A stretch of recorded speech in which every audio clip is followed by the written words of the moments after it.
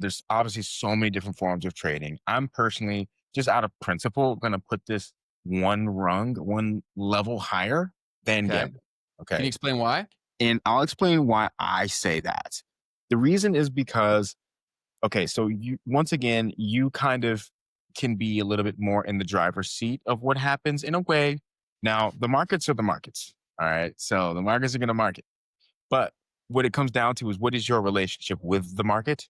And that's going to allow you to make better decisions for yourself through the markets. Now, you can say the same thing about most gambling as well. I think, honestly, when you really look at these things side by side, I was thinking about this over the past few days when we talked about doing this, like, there's really not that much of a difference as far as a way to make money. You Mm. can talk about the principles of the idea of the market being a mechanism for like transferring wealth and for like creating profits or creating opportunities for companies to raise money for their business. But when it comes to making money as an individual, there's really not that much of a difference between these two things. Um, so I think it's just purely out of like the fact that I trade and I would never gamble. Yeah. There's just like a reason. There's just something We're about so that to me that similar. I have to put it a one step higher than gambling. It's a But bias of mine, I guess. no, I think that's also totally fair because especially if we're talking crypto trading, is that the crazy levels of volatility actually gives you more of a strategic advantage if you actually understand what you're doing. So it's because it's early enough in its life cycle. That's the one thing that does kind of suck as more institutions come into crypto is there's going to be less and less and less of that. It's going to become a lot more like the stock market once it reaches its maturity. But right now Mhm. we're still at that point where there's kind of like the Wild West. There's definitely money to be made and crazy money to be made if you're good. But I think a lot of people just grossly underestimate what it takes to be good. For sure. And that was the major thing that I wanted to definitely talk about in this episode was just like, we see all of the stuff online of like 19-year-old multimillionaire makes $100,000 in a day trading. And the reality of that is that, well, first off, very often that's just not true. Yeah, people Um, lie. but the other side of that is like the amount of what needed to happen for them to get there is not being shown. Mm. And um the actual pain and the actual like journey, it's actually crazy to me because I do trade and I recognize how big of a deal it is to get to any level of profitability. Even for me, as just like barely a little bit better than break even, it's like the amount of transformation as a human being that I had to do to just get to that point is massive. But Wow. like, no one talks about that part. All they Yeah. talk about is the strategies and the ups and downs in the markets. And, oh, you got to like look at the VWAP. And I'm like, dude, like that is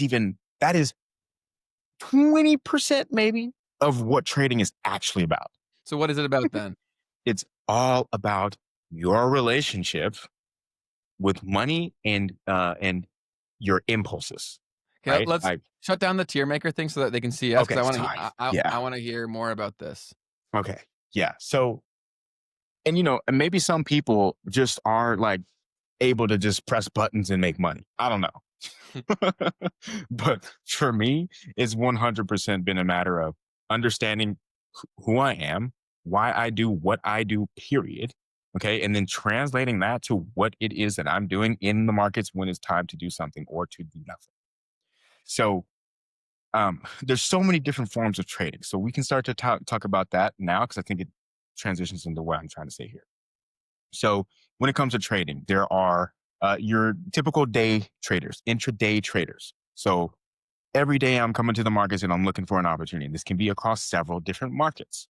Okay. So for instance, I trade in the futures market. There are people who trade options. There are people who trade only foreign exchange.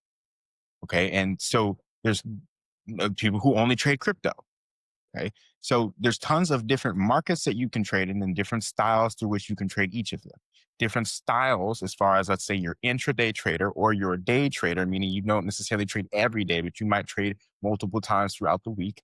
And then you have swing trading, which is saying maybe you hold like a trade for 1 to 2 weeks at a time. And then you have what are called position trades, which you might not even consider trading anymore because it might be 2 to 3 months at a time that you're holding an entire position. Now, with all of that being the case, you can, once again, every single market, all these different trading styles, and you can mix and match them around and so on and so forth. But what trading actually comes down to is this concept called expectancy.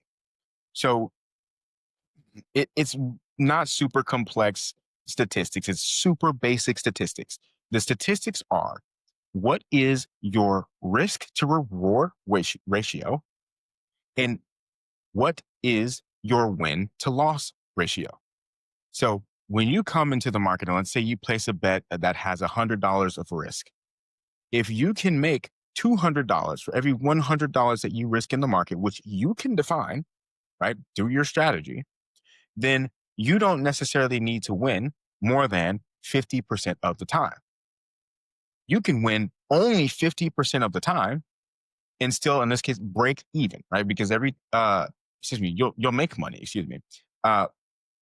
at just a 50% win rate, because you'll always make two for every one time that you lose. So you're constantly going up two, down one, up two, down one, up two, down one, just as an example. And now that strategy is going to be actually profitable all the way until around a 33% win rate, I believe is what the actual number is. So you only need to be right 1 out of 3 times, because your risk to reward ratio, okay, is 2. So your reward to risk is 2.